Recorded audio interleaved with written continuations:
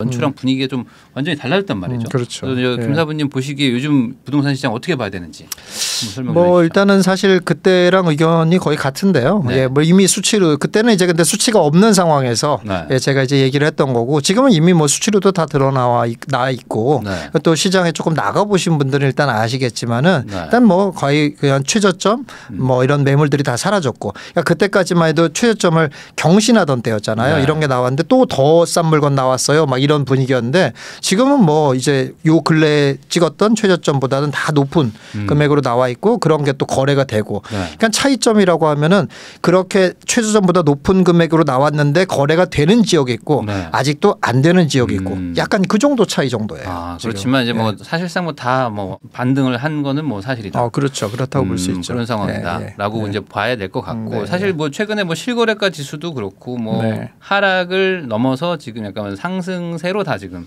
전환돼 네, 있는 네. 상태인 네, 거는 뭐 그렇죠. 사실인 것 같습니다. 네, 네.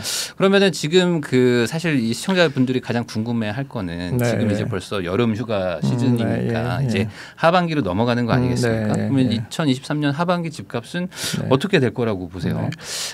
뭐 그냥 쉽게 그냥 결론적으로 얘기하면은 네. 강보합 유지라고 보여져요. 강보합 유지. 예. 그러니까 계속 조금씩 높은 금액으로 이제 가격이 진행이 되는 거는 변함이 없을 것 같다. 네. 다만 근데 이 매도자 입장이 되면은 또 사람이 네. 욕심이라는 게 끝이 없으니까 예를 들어 쉽게 말해서 뭐 3억에 거래가 됐다. 네. 그럼 매도자는 뭐 3억 300에 내놓게 이런 사람은 없거든요. 그렇죠. 네. 3억에 내놨다 그럼 우리 집은 3억 5천 뭐 이렇게 내놓는단 말이죠. 네. 이제 그렇게 매도자들이 원하는 만큼 거래는 안 될 거다. 그러니까 3억이 거래됐다 그러면 3억보다 약간 비싼 금액 이 정도쯤에 실제 거래는 이루어지는 네. 그런 장세가 될 것이다. 이렇게 보여집니다. 조금씩 뭐 이렇게 네. 살짝 인상되는 수준의 그냥 네, 예. 천천한 결국은 그러니까 강보합 호가는 정도. 높게 이제 내놓겠지만 그게 네. 그냥 턱턱 거래되는 그런 시장은 아니고 네. 결국은 이제 중개업자들이 이제 그런 역할들을 하겠죠. 이제 조정하는 역할들을 해서 그러나 어쨌든 거래된 금액보다는 조금 높은 금액으로 계속 계약이 체결되는 네. 그런 형태가 될 것이다. 이렇게 보여집니다. 그러니까 뭐 조금의 어떤 상승세는 뭐 계속 좀 이어지기는 그렇죠. 할 것이다. 그렇다고 그렇지만 봐야죠. 뭐 과거처럼 막 뭐 엄청나게 급등하고 뭐 그럴 분위기는 그렇죠. 아니라고 그렇죠. 볼 수 있을 네. 것 같은데 네. 그러면 지금 이 실수요자들이라고 해야 될까요? 그러니까 뭐 네. 매수자들이 결국에는 그런 가격대로 이제 제시를 해도 살려고 한다는 거잖아요. 사고 싶어 한다는 그렇죠. 거고. 그렇죠. 그러면 그렇게 바뀐 거가 실제로 지금 시장에서 느껴지나요? 예, 그렇죠. 근데 이제 여기서 아주 이제 결국 전망이나 이제 앞으로의 전망이나 볼 때 아주 중요한 포인트인데요. 네. 결국 수요자가 붙어야 되는 거잖아요. 네. 가격 이제 올리려고 하면은. 네. 근데 그 수요자가 많지는 않아요, 사실. 예, 그게 왜 그러냐면 네. 이전 장에 많이 물려 있어요. 많은 네. 사람들이. 그러니까는 40대, 50대가 원래 주축인데, 그러니까 40대가 주축이죠. 50대는 좀 주축은 아니고 40대가 주축, 뭐 30대 중반부터 40대까지가 대부분 부동산 시장의 메인 네. 메인 소유자들인데 이런 사람들이 많이 지난 장에 거의 다 물려 있다고요. 그냥 네. 우리 주변만 봐도 알잖아요. 그런 사람들이 안 산 사람이 거의 없단 말이죠. 네. 근데 그런 사람들이 다 고점에 물려 있다 보니까 이런 사람들이 뭔가를 하려고 하면 예전 것이 뭐 팔리거나 이래야 되는데 그런 정도는 아니란 말이죠. 예, 그러다 보니까 그렇지 않은 사람들, 물리지 않은 사람들만 시장에 참여할 수 있는 지금은 그런 시장이란 말이죠. 근데 그런 사람들이 많냐? 별로 없거든요. 그럼 뭐 30대 초 뭐 이 정도 사람들인데 그런 사람들은 금액이 적거나 네. 아니면 이제 그런 사람들이란 말이죠. 그러니까는 그 수요가 넓지는 않기 때문에 턱턱 거래가 되지는 않을 거다. 네. 이렇게 보고 있어요. 예. 그래서 최근에 뭐 이제 거래 사례들을 보면은 이제 30대들이 좀 매수 사례가 좀 늘어났다 네, 뭐 예, 하는 예. 것들도 보면은 예. 이제 그동안 안 샀던 사람들이 그렇죠. 지금은 좀 움직이고 예, 있다. 예, 예. 이렇게 볼 수도 있을 것 같기도 하네요. 네, 예. 그럼 이게 약간 좀 지역별로 좀 다를 수도 있을 것 같은데 예. 예전에야 뭐 서울 뭐 지방 할 거 없이 막 다 같이 오르고 막 다 같이 내리고 막 네, 했지만 예. 지금은 좀 다르지 않습니까? 그렇죠. 그럼 뭐 서울, 경기, 뭐 지방 이렇게 크게 세 개로 나눠 보면은 네, 예. 어떻게 움직이고 있나요? 지금? 일단은 뭐 수도권까지 서울 네. 경기 수도권까지는 뭐 비슷한 움직임을 보일 거라고 보여져요. 네. 뭐 굳이 거기서 또 세분하자면 이제 강남 같이 이렇게 초핵심적인 데들 여기의 네. 움직임이랑 이런 것들은 조금 다르겠지만 조금 크게 보자면 서울 네. 수도권은 같은 시장이다라고 보여지거든요. 네. 그래서 움직임도 비슷할 거다라고 보고 있어요. 예, 그렇고 지방은 각 지방에 거의 대장 단지가 있는 지역들 있잖아요. 네. 그런 지역들을 제외하고는 좀 실현의 시간들이 조금 길어질 그럼 거다. 지방은 예. 뭔가 강부합 예. 그거랑은 또 약간 또 다르게 움직일 그렇죠. 수 있다. 예. 그러니까는 이제 그런 것이 해당되는 거는 지역의 대장 아파트 정도에만 해당이 될 거다라고 보여지고 네. 다른 데들은 조금 앞으로도 계속 이렇게 그냥 저점을 유지하는 네. 이런 상태가 될 가능성이 높다고 봐야 돼요. 그럼 그렇게 차이가 나는 이유를 조금 설명해 그게 이제 결국은 이제 그거를 이제 그냥 이제 뭐 장세 형태로 나누자면 뭐 네. 강세장, 약세장, 뭐 보합 뭐 이런 식으로 나눌 수 있잖아요. 네. 근데 어쨌든 지금은 약세장이 됐어요. 그러니까 시장의 힘이 약세라는 말의 의미는 여러 가지 의미가 있을 수 있는데 결국은 뭐냐면은 수요자들의 힘이거든요. 네. 근데 수요자들이 강한 힘을 갖고 있냐, 약한 힘을 갖고 네. 있냐는 건데 강한 힘을 갖지 못하잖아요. 일단 네. 기본적으로 수요 자체도 줄어 있고, 그러니까 참여할 수 있는 사람들 자체가 적고 또 총알도 없잖아요. 네. 이제 그게 총알이 가장 대표적인 대출이잖아요. 네. 대출이 나와서 총알을 마련해 줘야 되는데 총알도 없단 네. 말이에요. 근데 어떻게 쏴요? 그러니까는 그러다 보니 매수세가 약하고 그 매수세가 약하다는 얘기는 그렇게 지방에 있는 부동산까지 끌어올릴 수 있는 힘이 없다는 얘기죠. 예, 그러면은 요즘에 그런 얘기도 있지 않습니까? 그 약간 규제 풀어주고 하다 보니까 굳이 지방까지 갈 이유가 없다. 그러다 보니까 그냥 서울이나 수도권 쪽에 투자하려고 하는 수요들도 좀 있고 또 지방 분들도 내가 지방에 살지만 지방은 좀 불안하니까 서울에 투자하겠다. 하다 보니까 좀 약간 지방에서 서울로 오는 그 서울 쏠림 현상 뭐 이런 것들도 있어서 좀 지방이 좀 약해진다 뭐 이런 얘기도 있는데 아니 틀린 말 아니죠. 맞죠. 예, 맞는 건데 사실 그렇게 말하는 것 자체가 약세장의 특징이잖아요. 그게 예, 그렇죠. 그게 뭔가 좀 핵심적인 것만 하고 싶어 이런 거고. 그러니까 우리 이제 지난 상승장 때 봤으면은 사람들의 행태가 우리가 놀라울 정도였잖아요. 왜냐하면은 지방에 저 구석에 있는 거 뭐 찾아내가지고 그거 투자한다 막 이렇게 하면 막 안동에 가서 막 사람들이 막 흥분하고 막 이랬단 말이죠. 근데 그게 바로 뭐냐면은 말려도 막 사람들이 하려고 그러는 게 그게 막 이런 거라도 사면 돈이 벌어질 거라고 막 생각하는 거잖아요. 근데 이제 장이 바뀌니까 지금 거꾸로 야, 핵심적인 거 말고는 안 되잖아라고 이제 사람들이 생각이 바뀐 거죠. 그게 이제 바로 장이고 시장의 힘인 거죠. 그러면 지금 서울은 그러면 뭐 좀 아까 말씀하신 강보합에서도 조금 더 뭐 강하게 움직이는 건가요? 아니면 어떻게 봐야 되나요? 아니요, 비슷하게 봐요.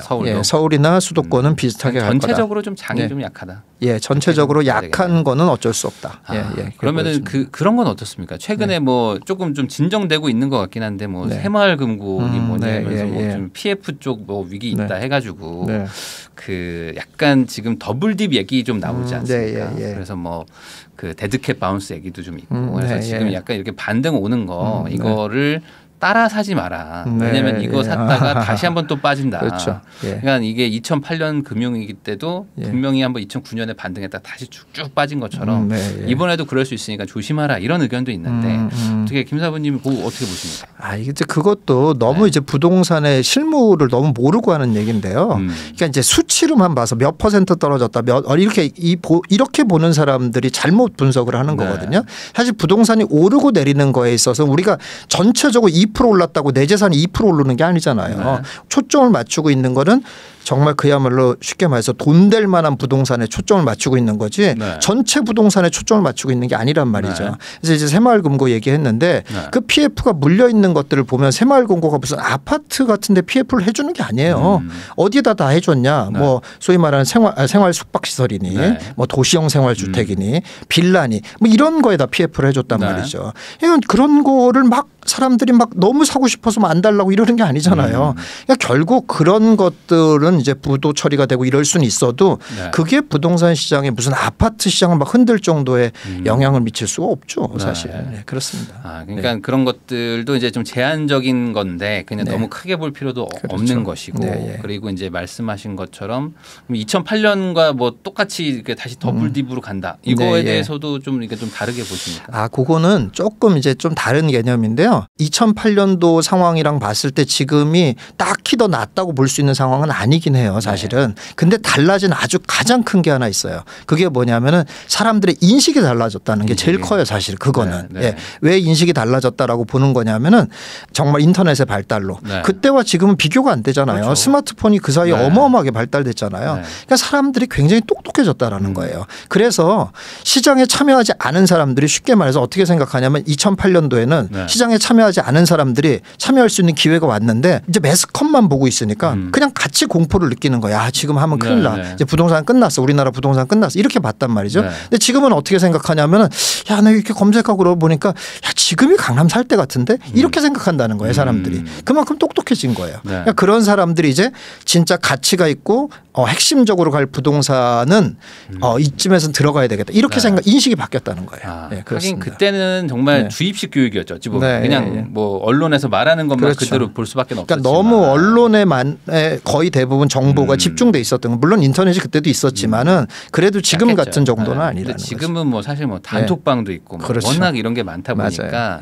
야, 이 정도면 저점인데라는 것들이 훨씬 빨리 오니까 사람들한테. 그렇죠. 그러면 지난 그 13일이었던가요? 그 한국은행이 또 기준금리를 이번에 또 이제 동결했어요. 그래서 사실상 이제 아무도 관심이 없어졌습니다. 예전에만 하더라도 뭐 한국은행 총재 입만 쳐다보고 있었는데 지금은 이제 뭐 동결했어? 뭐 사람들이 이제 이런 수준까지 왔는데 뭐 사실 뭐 제가 말해버리긴 했지만 이 정도로 관심 없어진 거면 이제 사실상 금리의 영향은 이제 한국에서는 사라졌다라고 봐야 될까요? 어떻게 보세요? 이게 한동안 공포심이 엄청 심했는데. 예, 맞습니다. 근데 이게 그것도 이제 공포의 정체를 조금 좀 알면은 그것도 이해가 되는 일이거든요. 사람들은 언제 가장 공포를 느끼냐면 두 가지 경우거든요. 불확실하다. 여기서 공포를 느끼는 거 또 한 가지는 방향이거든요. 이게 계속 상승할 것 같아. 이거거든요, 결국. 근데 따지고 보면 이 두 개가 다 없어졌잖아요. 없어졌죠. 불확실하지 않네. 그러니까 높은 건 별 문제가 아니라는 거예요. 이자가 높은 거는 사람들이 익숙해져 버립니다. 예를 들어 3% 이자를 내고 있는데 6% 됐다 그러면 막 미칠 정도겠죠. 2배가 되니까. 근데 이게 6%에서 고정만 되잖아요. 그럼 사람이 익숙해집니다. 그렇죠. 뭐 6%는 내는 건가 봐. 이렇게 되거든요. 그리고 또 그거에 되니까. 맞게 또 계획을 짜요. 또 사람들은. 이래가지고 사실은 문제가 아닌데 문제는 이게 오를 것 같아. 이러면 정말 공포거든요. 근데 지금은 오를 것 같은 느낌들 일단 안 들고. 그리고 불확실하지도 않고 뭐 이제 하여간 올리지 않고 계속 이거 하거나 좀 떨어지거나 뭐 하여간 여기서 하여간 뭔가가 끝난 것 같아. 이런 느낌을 주다 보니까 금리에 대한 공포감은 많이 없어졌다 이렇게 볼 수 있죠. 네, 그러면 이제 또 하나의 또 이슈가 이제 하반기에 이제 역전세 아닙니까? 이제 집값 하락을 예측하시는 분들은 대부분 다 이제 가을쯤에 역전세가 되게 크게 올 것이고 그게 이제 강남을 뭐 비롯해서 이제 서울에서 많이 터지기 시작하면서 본격적으로 집값을 좀 끌어내릴 것이기 때문에 지금 집을 사는 거는 별로 좋지 않다. 이런 얘기를 하는데 이 역전세란에 대해서 어떻게 생각하시는지? 저는 좀 감히 예측을 하는 건데요. 제가 지금 이렇게 예측하는 사람은 아마 전문가 중에 저밖에 없지 않을까 싶은데 생각보다 그렇게 심각하지 않을 거라고 보고 있어요. 그건 왜 그러냐면 역전세에 문제가 있다라고 생각하는 사람들은 이미 어떤 대책을 세웠을 가능성이 굉장히 높다. 저는 이렇게 봐요. 근데 이게 데이터는 전혀 안 나오는 거거든요. 가장 쉬운 예를 하나 들자면 어떤 거냐면은 역전세가 날 것 같단 말이에요. 근데 내가 감당을 못해요. 소유주가. 그럼 어떤 일을 이미 벌였냐면 그 집을 팔았다는 거예요. 그러면 새로운 사람은 역전세 날 건 뻔히 알고 산 거잖아요. 그럼 그 사람은 돈이 있으니까 산 거잖아요. 그러니까 해결이 된다는 얘기예요. 그러지 않고 버티는 사람들은 뭐 진짜로 뭐 아무 생각 없이 버티는 사람도 있겠지만 안 그런 사람들은 나중에 이제 전세 보증금 반환 대출도 나온다고 하니까 그거 좀 비싼 이자라고 하더라도 그거 내고 내가 버텨야 되겠다. 이런 준비가 돼 있는 사람들이 거의 대부분이라는 거예요. 왜냐하면은 사람들은 또 아까 인터넷 얘기도 했지만 더 정보도 발달됐고 더 미리 예측한다니까요. 더 미리 예측해서 미리 행동해요. 그런 걸 감안해 봤을 때 사실 하반기에 대란은 일어나지 않을 거다 이렇게 보여집니다. 그 최근에 이제 제가 아는 그 케이스도 7억에 이제 집을 샀는데 전세가 6억에 껴 있거든요. 그래서 1억밖에 갭이 안 돼가지고 샀는데 왜 그걸 샀냐?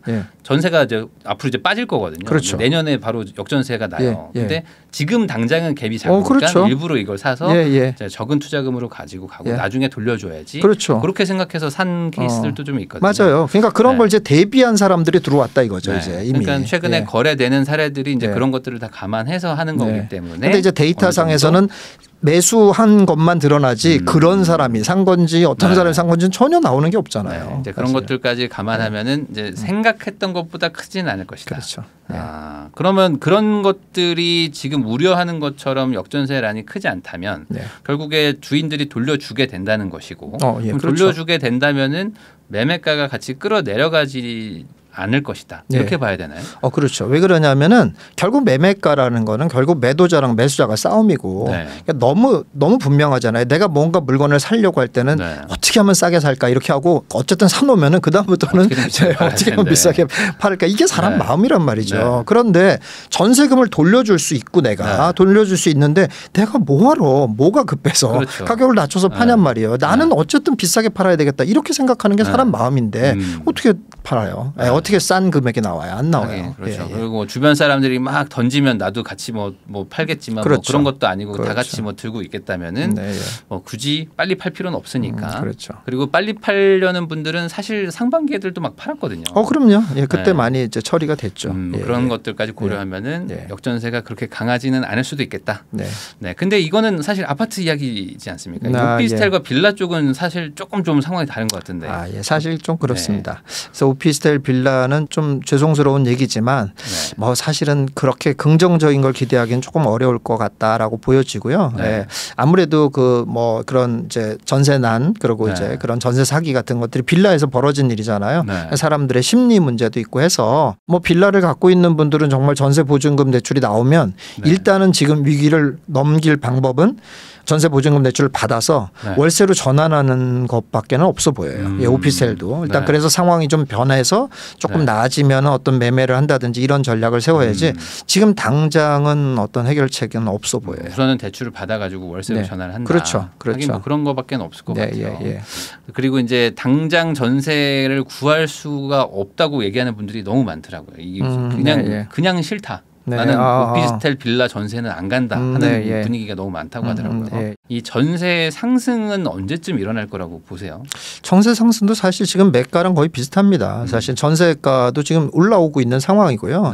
전세가가 막 이렇게 화끈하게 올라가진 않지만 어쨌거나 전세가도 조금씩 올라가고 있는 상황이고 이 전세가에 대해서는 사실 또 제가 이제 뭐 이전에도 많이 얘기했었는데 임대차법을 조금 무리하게 적용한 게 아닌가라는 생각을 제가 꼭 많이 얘기를 하거든요. 그런 얘기들을. 그러니까 결국은 그 규제로 이제 제한을 하다 보니까 규제가 아닌 것들이 너무 가격이 올라가다 보니까 사실 전세가를 비정상적으로 끌어올렸어요, 사실은. 그러니까 그것이 정상화되는 과정에 있다라고 지금 보거든요. 그래서 그런 과정이 정상화가 돼서 다시 말해서 5%씩 올린 사람과 그리고 전세가를 많이 올릴 수 있었던 사람과 이게 일원화가 되고 있는 상황이거든요. 그래서 일원화가 되면 대부분의 정상적인 경우는 전세가는 오르는 게 정상인 거죠. 그래서 그런 과정을 지금 밟고 있다고 보여져요. 그래서 이제 전세가 지금도 사실 뭐 조금 올라가는 지역들도 있긴 하지만 이제 워낙 올랐던 게 내려가다 보니까 좀 빠지는 것처럼 보이는 그런 거라고 이제 볼 수 있다. 이렇게 정리하면 될 것 같습니다. 그럼 요건 어떻습니까? 그 이게 뭐 마지막 질문인데 이 무주택이신 분들 중에 지금 좀 되게 혼란스러운 게 지금 전세 2년 더 연장해야지 뭐 이렇게 너무 마음 편하게 계시다가 최근에 막 집값 올라가니까 이거 만기가 막 9월 10월이신 분들은 이거 어떡하지 지금 빼가지고 집을 사야 되나 아니면 그냥 우선 더 연장해가지고 살까 한 25년쯤 살까 막 되게 지금 혼란스러워 하시거든요. 이런 분들 지금 전세가 만기가 도래하는 분들한테 조언을 한마디 해주시면 좋을 것 같습니다. 사실 조금 조언하기가 어려운 부분이 있는데요. 그건 왜 그러냐면 이제 전체적인 부동산을 얘기하자면은 조금 그 상황이 그러니까는 예를 들어서 전체적인 부동산에서 최소한 50% 이상이 올라가는 시장이다라고 하면 그러면 지금 사세요라고 해도 말이 되잖아요. 왜냐하면 50% 이상은 해당이 되는 일이니까. 근데 사실 지금은 그런 시장은 아니거든요. 한 20% 정도 되는 부동산이 올라가는 시장이기 때문에 80%에 해당하는 사람은 굳이 살 필요가 없는 건 맞아요, 사실은. 그런 상황이라서 본인이 어떤 부동산을 보고 있는지를 조금 그걸 먼저 생각을 해야 돼요. 그래서 내가 조금 그래도 비교적 핵심적인 거에 살려고 하고 그런 거에 지금 현재 거주하고 있다든지 이런 사람이다라면은 과감하게 사는 게 나을 테고요. 그렇지 않다면은 사실은 매수를 하나하나 별 차이가 없을 수 있어요. 왜냐하면 상승 정도가 은행이자 정도 수준이 될 거다 이렇게 보여져요. 그러면은 이제 내가 뭐 예를 들어 뭐 서울의 아파트를 보고 있다. 이러면은 뭐 좀 매수도 그렇죠. 그렇게 이제 조금 지역을 좀 정해서 얘기한다면 서울의 아파트에서도 조금 구축은 좀 벗어난 최소한 준신축 정도 되는 걸 보고 있다라고 하면 사는 게 무조건 이익이에요. 어떤 뭐 순위를 굳이 매긴다면 좀 내가 상급의 어떤 뭐 주택 같은 걸 보고 있다면은 내가 좀 사는 것도 괜찮겠지만 사는 게 거의 무조건 이득이다. 굳이 그런 게 아니라면은 조금 더 지켜보면서 뭐 가도 아주 뭐 무리는 아니다. 이렇게 정리할 수 있을 것 같습니다.